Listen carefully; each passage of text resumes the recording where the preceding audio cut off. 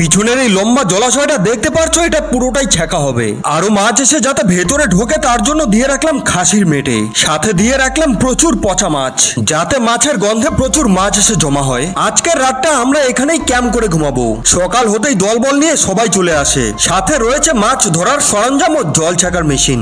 একে একে 15টা জল ছেঁকার মেশিন সেট করে দিলাম। খালের চারিদিকে জল ছেঁকার মেশিন গুলো সেট করে দিয়েছি।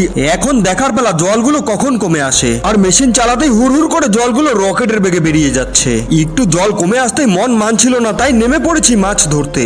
অল্প জল থাকায় মাছগুলো খলবল করছে, আর মাছগুলো সাইজে বড় হওয়ায় সহজেই হাতে ধরা পড়ে যাচ্ছে। পাথুরে এই জলাশয়টা তো জমা হয়েছে প্রচুর মাছ, হাতে গ্লাভস থাকায় ধরতে অসুবিধা হয়নি। পাথরের তলে তো এবার দেখা মিলেছে একটা বিশাল বড় সামুদ্রিক ক্যাটফিশ। সামুদ্রিক এই ক্যাটফিশটা দেখো না কি তিরিং বিরিং করছে। এখানে হঠাৎই দেখা মিলে যায় দুইটা পাইথন চিতাফিশ। পাইথন এই চিতাফিশ গুলো টুক করে তুলে দিলাম, আর তারপরে এখানে তো দেখা মিলেছে মস্ত বড় সাইজের একটা পাইথন চিতা। মাছটা সাইজে এত বড়, দু হাত দিয়ে তোলাই যাচ্ছে না। যাক, আজকে আমরা জল থেকে সবাই মিলে প্রচুর মাছ ধরেছি।